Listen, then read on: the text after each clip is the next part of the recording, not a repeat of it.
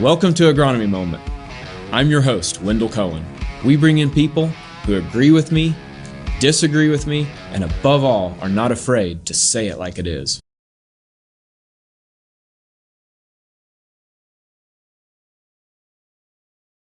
Welcome back here to Agronomy Moment. I have Kayla back with me to wrap up our two-part segment here on government affairs. As we remember from last time, Kayla is a government affairs advocate working there at Beck's Hybrids, and you may remember her interesting story, how she came to Beck's. If not, go back to that episode and watch it again. Today, we're back to talk a little bit more about how maybe public perception has been and is, maybe us as farmers, our perceptions, and what they've been and how they are, and maybe some shifts and mindset shifts we can think about. So first of all, let's talk about misconceptions. The misconceptions in modern agriculture that we might say is from those who have non-farming backgrounds, including lawmakers. What is some of those misconceptions and viewpoints that they might have? That's a really good question, Wendell, and something that we battle against almost every day at a daily moment even. When you think about your lawmakers, remember, they represent their constituents. They represent those individuals back in their district, back in their state. And so they are constantly getting feedback from individuals back in their district. Sometimes they're very loud. Sometimes they're just consistently communicating with the staff, with that legislator, whoever that might be, to say, hey, this is going on with this. But also, where are those constituents getting their information? And sometimes that is different researchers, it could be influencers. And today, Wendell, it is very interesting to see the shift in dynamic of who people listen to. I was talking with a firm a couple weeks ago, and they told us that they've seen a shift where people were really listening to like those researchers, scientists, universities, and now people are really listening to individuals that are a bit more like you and I. They have the same values, they might have the same upbringing, they might have the same family dynamics. It's more of that influencer that is really informing individuals. And so it's a struggle today because we know we have the science and the data when it comes to agriculture. And so how do we help individuals understand more about the science, the research that is consistently done on a day-to-day basis on all the new pesticides, seed technology, equipment usage, whatever it may be? We consistently do all that research. And so how do you connect with them? And that has been one of the biggest struggles that we've been trying to fight in agriculture, is how do we tell our story, but tell it in a way that people can relate and understand, but also get curious to want to understand more of the science and the data without us just word vomiting. But I remember a couple of things, Wendell. So our current governor, Brian, used to be in the Senate, and he would tell us different stories about how he had heard staff would look at Google. They'd go and Google an issue or something that came up in a news piece that they saw. And he's like, I got to get them away from that. So how do you find those experts or those individuals or staffers or legislators, both, could go to and ask the questions that some might find silly, but they're legit questions that they need to know because it's informing policy, it's informing regulation. So how do you provide that for them so that they understand, okay, there's a different perspective here. The people who are really loud today and that are coming in and talking about this issue, we need to go and find that other perspective and really figure out, now how do we take all of this and blend it and figure out what's the truth? Because there's three sides to the truth. There's your truth, my truth, and the truth. So how do we find that ground to work in and become well informed? Again, that's why it is so important to make those relationships with the staff, because they are also informing their boss at times. Yes. So we want to talk, like we're talking about, we want the truth, we want the voice of reason to be in the room. However, what are some of the before we dive into that, what could be some fears that in non-ag might have from a consumer perspective? What are some fears that, I'm going to say they're legitimate fears, right? As far as what are they? I'm going to speculate one of those is we want a healthy food supply, right? We want safe products. So, but enlarge on some of that. What are some fears of what they are afraid of might be coming out of that? Yeah, so one of them is pesticides. I'm just going to put some on the table here. Yes. Pesticides are a big conversation right now. And people have a misconception that when they possibly pick up a label for one of our pesticides, they're looking at it and they see a usage rate, a maximum usage rate. And it's like they think that's what we are putting on the ground. And it's like, no, no, no, no, no. There's a science, there's a chemistry behind this. Again, you guys wear a chemistry hat to figure out what is that right mix of potential pesticide tools to help you. Because you and I both know if you didn't have to use them, you wouldn't use it because it is costly, but it is needed to protect against pest pressure. So one of those big things is, are we just dumping the kitchen sink on the field? And we're not. It's a cost back to you and I. I think about just any cost back to the consumer. Trying to buy your milk and bread, that is an expense. And you're also not going to sit there and buy 30 loaves of bread for a week. Like, that's going to be a large expense. You need to allocate things out. And so that's what you as farmers are going to do. Sure. So is pesticides are only, is that the thing that's probably the big one, but is there other things, or is just help me understand, I guess, what you heard. Some of these, like, what's the fear that is going on, and why is there environmental fears, or we're afraid we're going to lose our planet, or? So it's like the Medusa head of issues, because there's multiple issues, but also you start to think you understand one and it gets checked off and you get three other issues. And you're right, there is a concern about our food supply and how is that food supply created? How do we produce that food supply? How do we protect our environment? What are we doing? Especially with all the endangered species that we now work within on a day-to-day basis. We've always had endangered species, but there continues to be more oversight into that and trying to ensure that we are not endangering them even more. But yes, there are individuals that think that, we're killing the planet, and we're not. We are trying to be the best stewards that we are here in agriculture. And, are you going to have a few bad apples? Yes, every single every single industry has bad apples. But we generally are some of the best stewards trying to look at today, based on research, based on science, what is the best thing that's going to be possible so that I can produce a healthy, nutritious food that is environmentally friendly out there today. And you're going to see versions of that. So, for example, you're also going to see different versions around food ingredients. So some people are really particular about their food ingredients, whether that be food dyes or this ultra processed conversation, and how we define ultra processed, which there is true no definition at a federal level. You have states that have been trying to define what ultra processed foods are, UPFs. You also have where some states, like Kansas, actually are trying to regulate what ingredients are in the school lunches. And so there's just different versions of this. But there's also versions, Wendell, around like seed treatments, for instance, where people have this misconception, unfortunately, where seed treatments are bad for the environment versus a broadcast foliar spray. And so it's a lot of education, and to try to help people understand, well, we're really getting more prescriptive when we put some of these products on a seed or on that treated article. So, and then to another thing that comes to my mind, I'm not sure, is there a fear out there that it's a culture fear where we're going to become big commercial farms out there and no longer family owned? Like, and why would that be a fear thing? I guess it's large on that.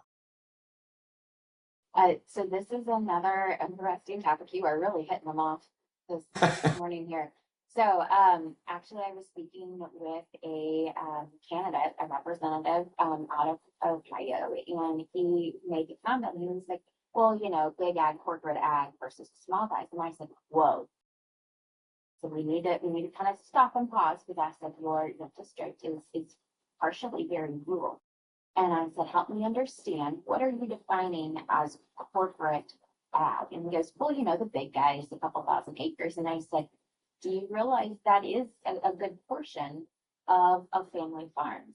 And he's like, "No." And I said, "So I think where you're picking your language up is just conversation that you've heard." But I said, "I'd go back and I would study your data and talk with the Department of Ag to understand how many of your family farms are family owned and operated. They probably look like a business today, an LLC, an S corp, because of liability or tax purposes to make sure that they've got the right setup." And so you're going to look more business, you're going to look more corporate, but you're not. You are family owned at the heart of it. Your family is operating it. It's been in the generations, multi generations, but there is this misconception that because we've started putting, started running it as a business, or we started putting them into LLCs and different entities, that people just misunderstand that no, they're still family owned. So, for example, here in Indiana, I think most of our family farms, we're like 94, 96% of the farms here in Indiana are family owned and operated. And, that is what we want to try to keep it up. It's not, we as industry don't want to go to the Yeah. other way necessarily, but you're also going to have, it's kind of like your dinner plate window. You need a little bit of dairy, you need a little bit of meat, you need a little bit of carbs on that dinner plate to make it all work. So you're going to have to find that mix of individuals that still do help produce and feed and fuel the world.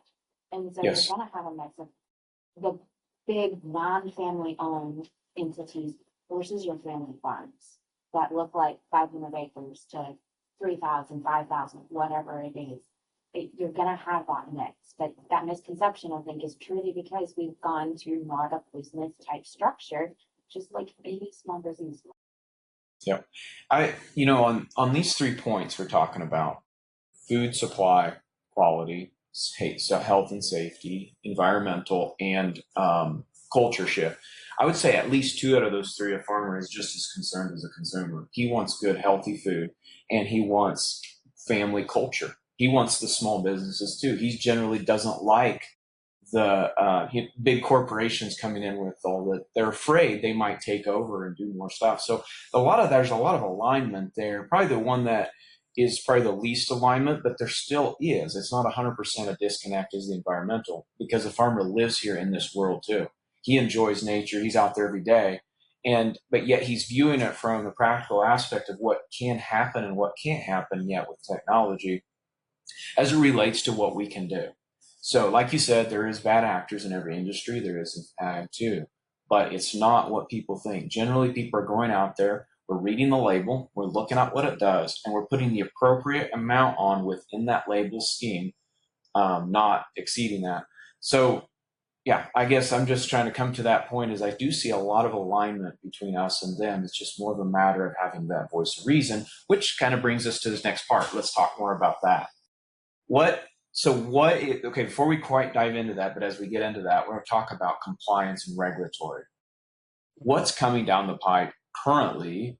What could happen that will help us and what could we do to become that, where we can practically do these things that we're in alignment on, and yet what is currently potentially could happen? Yeah. So one of the things before we can jump into this, I'm going to talk about mindset. So mindset is a huge component.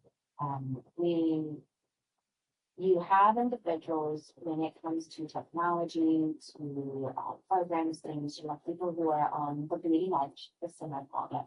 And you have some that will adopt, but then you have some that are very slow to adopt and slow to change. And unfortunately, at times we as agriculture are slow to change, slow to adopt, slow to think through a few things.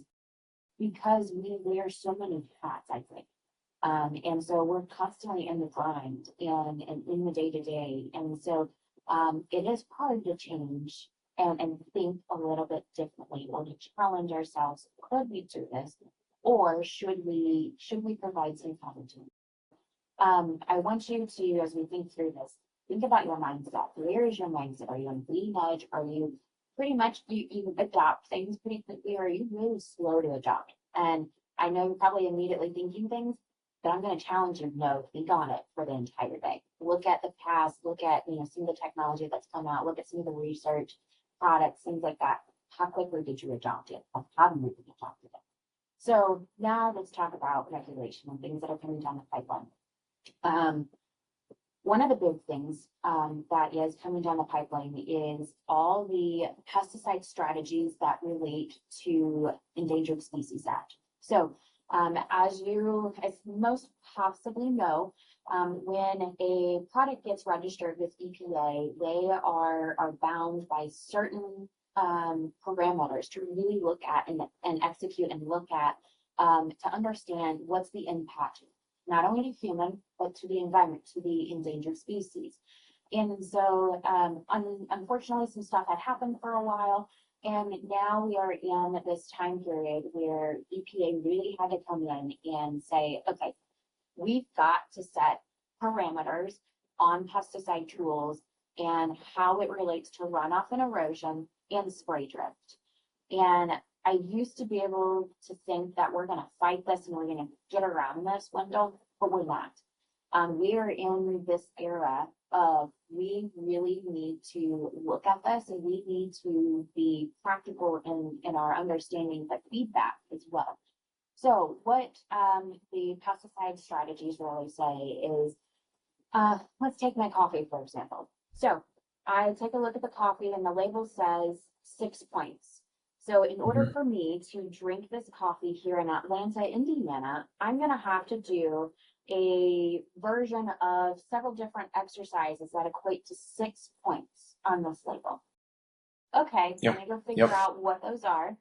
Now, if I were to run down to Indianapolis, that might put me in a different area, different PULA, pesticide use limitation area. So that label may have gone from 6 points to 9 points because there is an endangered pesticide, animal, whatever it is, in that area, habitat.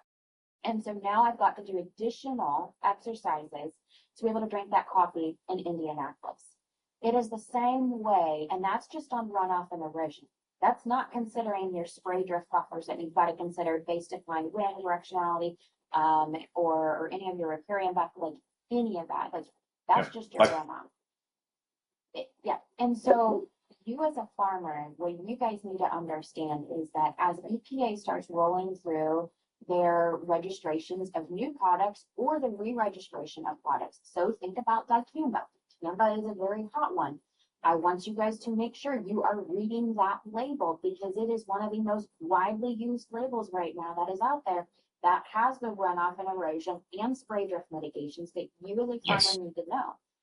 And so it might sound crazy, it might sound big and scary, but what I am here to tell you is if you take a step back and you evaluate all your fields, both field by field, to understand the characteristics of it based on all the parameters that EPA has laid out, you can quickly identify, are we okay points wise, are we not okay points wise? Because if the labels are set based upon when they're registered or re-registered. So there's not very many of them that are following this just yet because we're in that initial phase. But over the next 10 years, you're going to see all of our products. So you, Wendell, when you start picking up products this spring, you need to educate yourself and look at the label. Are there spray, drift, and runoff erosions that I need to look at? Because they are trying to make sure that those endangered species habitats are protected from runoff and erosion. And a lot of what they have in their window is stuff that we're doing daily, but they want to make sure that we are thinking about it more, but also now you have to adopt it. So that is one of the biggest regulatory updates that we are facing today as it relates to how we utilize products. And so again, not to prevent somebody from using it, it's to make sure that you are providing an environment that is right to be able to utilize that product that is also protecting some of those endangered species. So how hard, I don't want to get too much in the weeds on this, but how hard is it to get in to establish the points or your erosion and things like that? Is that something you find from your FSA and RCS office, or? So this is the tricky part. There is a lot of education that is being done through various different parties right now. Some of the state departments of ag have this. Some of the commodity groups have this. Some of the state chemists have it.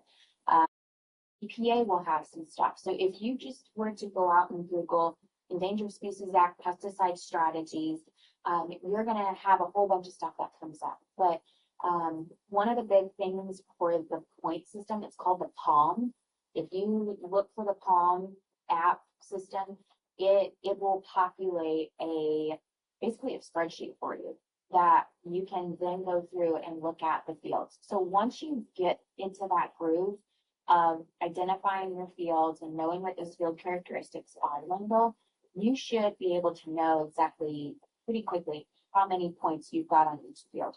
And for the most part, most of your fields will be able to acquire 3 points pretty quickly in most areas. Some may not, just depends on rainfall and a few other conditions like slope. But there are some points out there that, depending upon a few things, you're going to already possibly have. So it's a little tricky to figure out where to go and find it. We are in this kind of middle gray area of who teaches, who trains. Sure. Some of your counties, some of your states like Georgia, I know some of those guys like Dr. Culpepper, he's been doing it through their applicator training. So he's been trying to make sure the applicators understand what that process is, where you've got to go. I know here in Indiana, they've been trying to do a version of that as well and trying to make sure farmers know what to go and do. It's a little tricky to know who do we have to reach out to. But what I will say is if you are unsure where to go and find those things, where to go and find Bulletin Flag 2.0 or any of these mitigations, reach out to your commodity group, reach out to Farm Bureau, reach out to the State Department of Ag or your chemist office or whoever does your applicator training. They will be able to quickly tell you where that is. Okay, makes sense. Now let's talk a little bit more about ag technology, and it's the part I'm excited about. There's so much coming. And tell me a little bit more about, where should we dive in? The 3 points I wanted to go over was largely what Beck's is leading into. And one is SOYLEIC, which they recently purchased the rights for that. I'm excited about that, and I'd love to hear your take on how that could impact food supply and also farmer opportunities in the future. Another one I think about is precision ag. We've talked a little bit about that. I don't think that's too new. The last thing is artificial intelligence and Beck's own Seed IQ, which I think is also a huge deal. So start SOYLEIC. And maybe you need to preface this with a little intro into how this helps everyone. Yeah. So when you think about technology innovation, we here at Beck are constantly trying to think about what is going to help our farmers succeed, what is going to help the American farmer have that global competitive edge to help. And when the opportunity came up with Missouri soybean to purchase SOYLEIC, it was you guys have done this, and we are so grateful for what Missouri soybean and Mizzou has done to this to get this to this point. We are excited about what this brings, not only from a environmental perspective, but a health perspective for the American person. Yes. And so we said, let's partner together because we want to take this to that next level. We want to make sure that the American farmer has the ability to access this technology, but also we want to make sure the American consumer has the ability to access us. So when you think about, if you're not familiar with SOYLEIC, guys and gals, SOYLEIC is a very high-oleic soybean. So when you think about commercial soybeans, I believe their high-oleic oil content is around 23-25%. when you think about SOYLEIC, it's closer to that 70 to 80%, probably really closer to 75, 80% of that high-oleic, which is really good, nutritious for Yes. us. And so when you start digging into the health profiles, Wendell, my mind was spinning a million miles a minute. We've been talking about how do we make sure that we are a more healthy, nutritious food supply out there. And this is Yes. one of those options. But what's really neat about this is, and not a lot of people realize this, there was a lot of funding through USDA and Missouri soybean, but USDA ARS actually helped identify some of this. So they didn't provide funding, but one of their researchers helped collaborate with Mizzou on this to identify and figure this out. So again, it goes to show the public-private partnerships and some of the work that USDA is doing, and we don't realize it. But Yes. now let's start to look at this from where's the next step? And that's what we get excited about. And I've had many conversations with individuals at the White House, USDA, congressional offices, and it's really challenging them to think differently.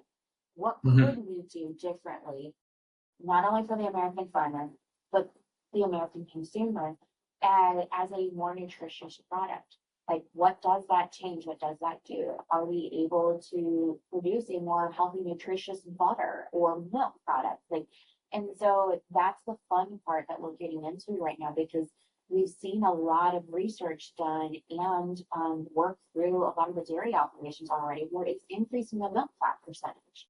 So my question then is, okay, so we see the milk fat percentage increase. Now, what's this do maybe for some of our dairy products, like other dairy Exactly. products? Are we going to have a more nutritious product out of that same bean, but that has that soy-like trait in it? And then this is the part, well, I just had to insert this as part that keeps coming to mind. I love about it is that we take an American crop that's grown domestically and put less reliance on foreign crops, because the other oils in this space are from other countries, generally imported, and they're trees. They take years to produce, and if you get a frost or something kills those trees or damage or whatever, well, this is something that's year to year, so the consumer can know that their demand can be adjusted year to year instead of years or decades sometimes, like it takes with trees. But anyway, I just think there's like you say, there's so many parts to this that I think could change the future and food supply in what's on the shelf for the consumer.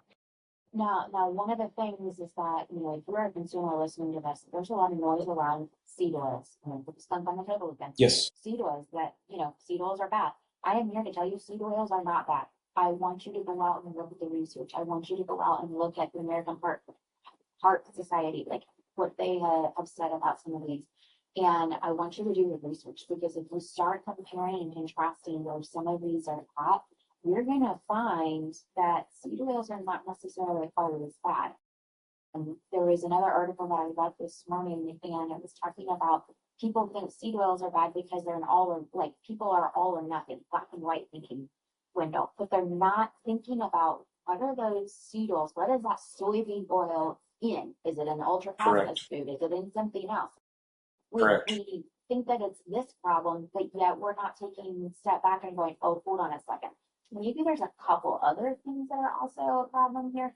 And maybe it's really not seed oils, because they are still very nutritious and healthy. And so as a consumer, I would really challenge you to kind of to think on it. Because that's what gets me excited about where technology is going, where we are going today with a lot of this, and how we are trying to make sure not only can the farmer find a really good, unique, different market diversification for their crop, but again, how do they be competitive? Back to your foreign comments, how do we be competitive? How do we start thinking differently for markets and access and looking at this?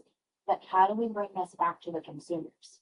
How do we start thinking, okay, wait, what's this start changing for us? That's interesting. You have a follow up on it? Not on SOYLEIC, but what I will also say, so as we kind of talk through some other technology, hurdles to technology, going back to the mindset that I talked about earlier, Sometimes Okay. the hurdle is the mindset. So I challenge you, where are you at within change? Are you quick to adopt, not quick to adopt, don't want to Okay. adopt? But also regulation. So technology and innovation today is at a quick pace that regulation and policy is not able to necessarily keep up. And so there are times where it's like a wall that gets met at times with some of this innovation. So think about gene editing. Gene editing in the seed world is a huge opportunity. Back up a Yes. second. So GMO is where we're introducing something completely new to Correct. that gene. Gene editing is more like flipping a light switch on or off inside the gene. Like we're not adding anything new, we're not taking anything out, we're just flipping the switch on or off. So there's a lot of opportunity around gene editing, but again, misconceptions and trying to also educate internationally. So you got to remember what we do here True. domestically, and some of our commodities will go over to international markets. You have to have an international acceptance of Yes. how that product was made, developed, whatever it may be. Correct. You have to have that before you can sell into that country. So it's not just a domestic US Right. education opportunity, it's also internationally to help them understand what is changing, what's not changing, what are the benefits, what's the science, the data tell us behind this. So regulation is also a big sometimes hurdle because we are outpacing it so quickly. So how do we think about regulation that it doesn't stifle innovation? But I'd also say the other things that you have your mindset and you have potentially sometimes regulation as a hurdle, but also the cost of capital to that innovation. And Yes. that cost of capital is huge. One of the things that I get excited about the newly passed House version of Farm Bill, there are some provisions inside of that is recognizing precision ag technology in the EQIP program for you to be able to utilize USDA programs to go out and help you purchase some of that new technology to be quicker adopters with that.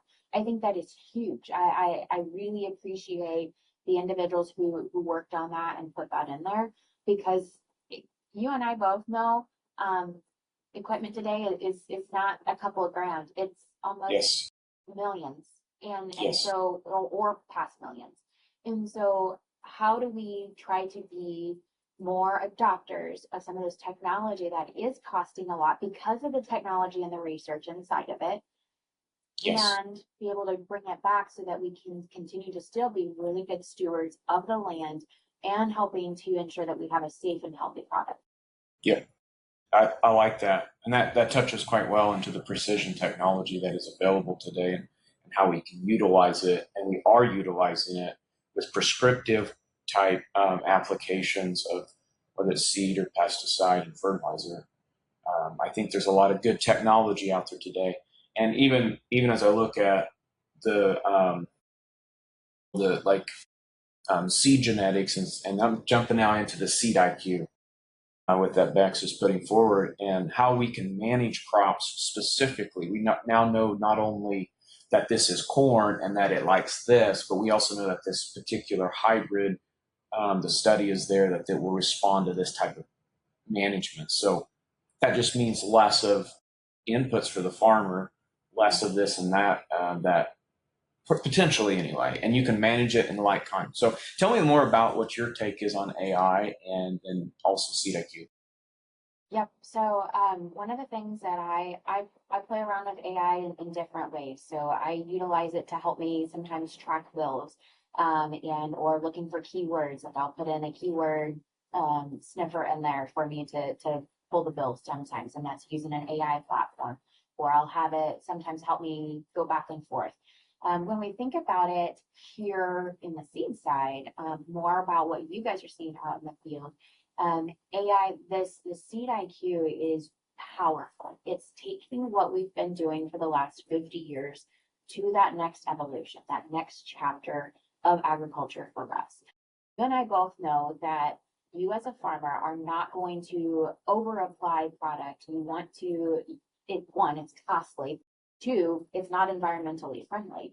And Yes. so this is now taking that next step because we are now able to utilize a tool that we've built with AI that is pulling all of this research, all of this data that you and I can't even sometimes comprehend and put our hands around because there's so much data out there. And this tool is able to help us better align the products and the practices based upon what you as a farmer are doing and the environment. And so I get excited about this because when we have the individuals who are talking about, well, what are you doing to help protect? What are you doing to protect, the water and or the resources that we have? And it's like, look, Yes. we are evolving. We are evolving and we are utilizing the research that we've done for 60 plus years and all the new technology when it comes to like harvest capture or silk reveal, any of that, we're able to now take that and put it in a way that you as the farmer understand and know how to really manage that better. And overall, I truly believe it's going to help you from an ROI perspective, making sure that you are truly getting the best out of that hybrid or that variety for you in your operation, which ultimately bleeds into the environment and the consumers and what the consumers are getting today. So I get excited. We've had the opportunity to talk with some of the members of the Modern Ag House Ag Committee about Seed IQ. Dr. John Bachmeyer, he went to present a couple weeks ago, and Steve Gauck also went out there, and they were able to talk about what this innovation is doing, but also how we need to make sure we have some guardrails set up so that we have that ability to still continue to use this in the future, and protect it from the bad actors, protect it so Yes. that people aren't stealing information or stealing the technology and things like that. So that Modern Ag Caucus is headed by Representative Adrian Smith out of Nebraska. And Okay. so various different members across the states that we operate in are part of that caucus. And that Modern Ag Caucus is really trying to bring to light some of the new technology, like Seed IQ, so to the legislators, so they understand, okay, yeah, farmers, you're totally, in this adoption phase or phase of technology, precision technology. Now we see it, we understand it, we've got our fingers on it a little bit more. Now we need to do more, which is also somewhat helpful when you have the conversations of why it is so important to have legislation like in the Farm Bill for that precision ag technology in EQIP. Like it's all builds upon itself. But yeah, I'm excited about what this does. And when we talk about it and we talk about, so I'm going to take a step back and root reveal. So when you think about roots, and when I bring legislators, staffers, agency folks through, their eyes get huge. We've all seen this for Sure. years now here in the Beck's world. But their eyes are like, whoa, so you mean to tell me like if we understand more below the ground, like this could change? And it's like, yes.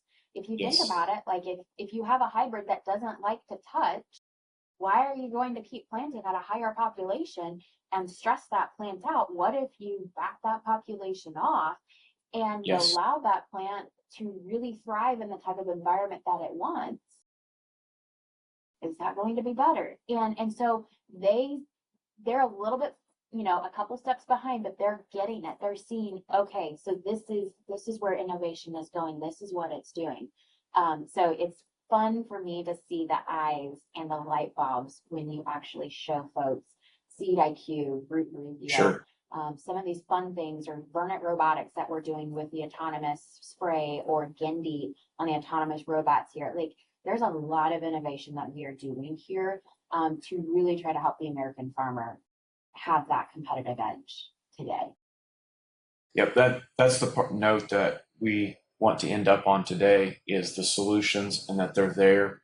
And I love the transparency as well as the Beck's innovation as they continue to move this, these different pieces forward. I was privileged to go with Brad Fruth and Will Hirschfield out to California almost 2 years ago and see some of those companies you mentioned at work and what could potentially be coming to row crop. So very, very exciting. I look for a day too where maybe robots can take the place of mowing our roadsides for us here on our farm, and we don't have to do that.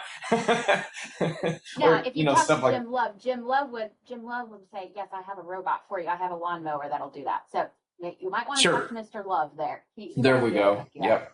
He can get me started. My son would probably have more interest in that one because he's the one that mows the lawn. But, but nevertheless, I think that technology is is continuing to lean up what we know we can lean up and lean into, or to be able to have that appropriate prescriptive type applications made to our farms.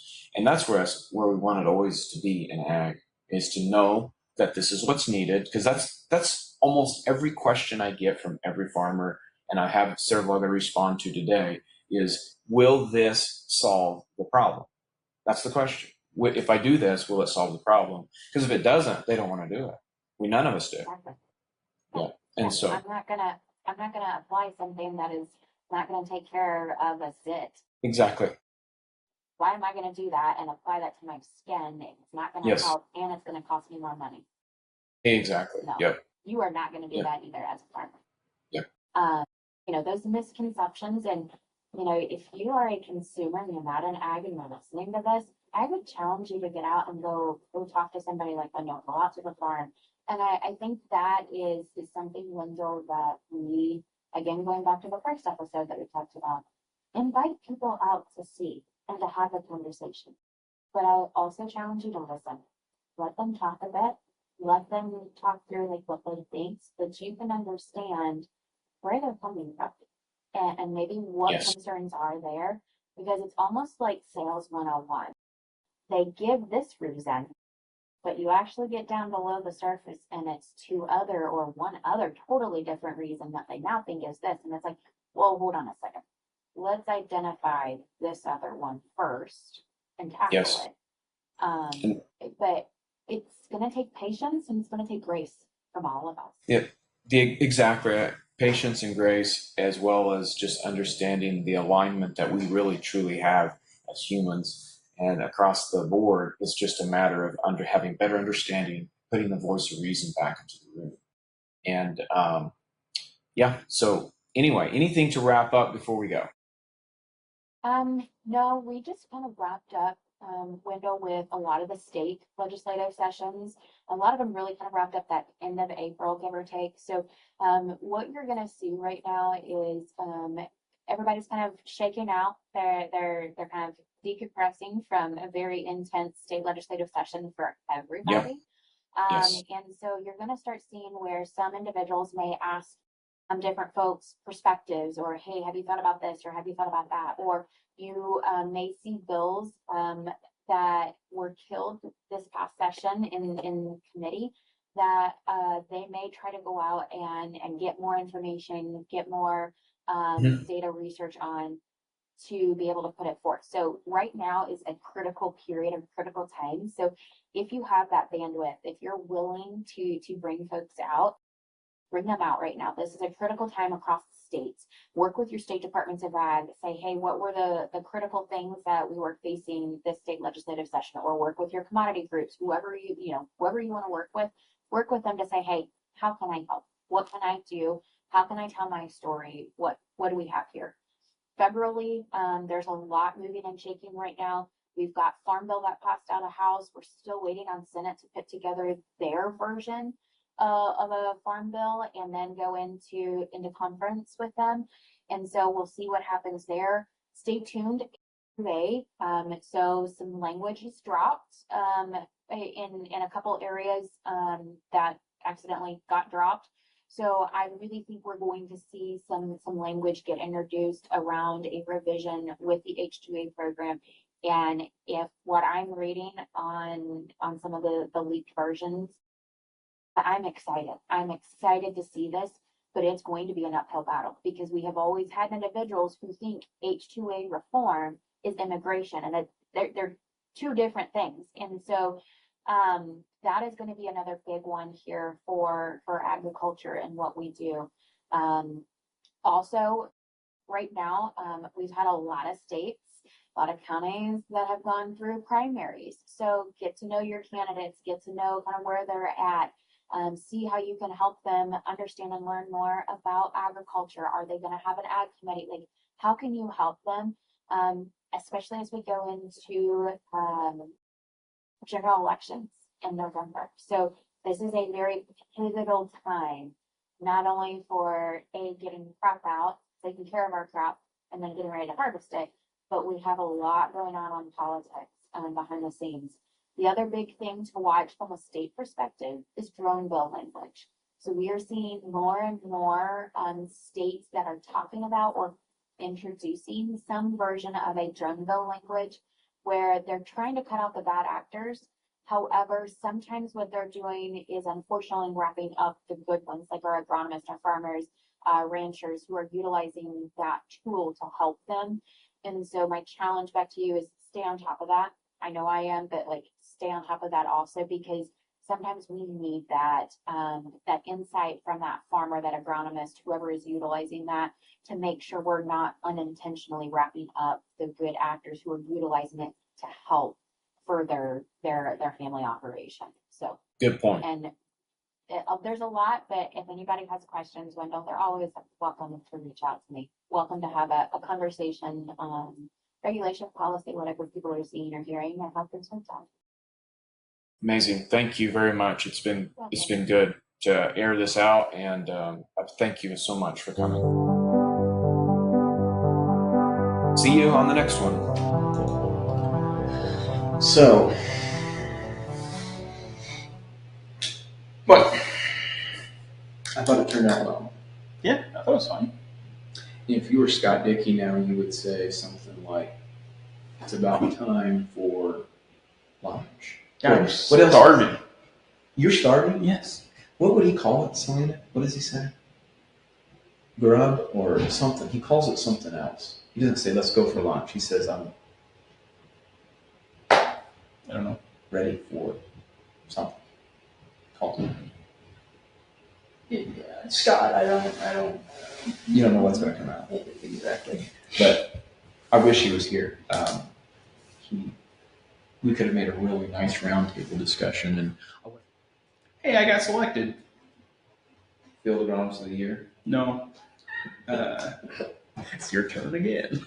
For wave one of the whiskey. It's almost bean time. So I got splinters in my hand. I'm cutting up. Sorry, what would you say? It's almost bean time. Does that mean Lunch. eating? Yes. Lunchtime? Yes, of course. Scott always brings up lunch. Well, it's And 11:30. It's 12 almost. Camera is still rolling. No, it's not. It is. Oh. It's been our tailgate talk that I was hoping to kind of get into. I kind of did that little move over there, like I was shutting it off, and I just kind of coming back. Yeah, I got that splinter dissected out.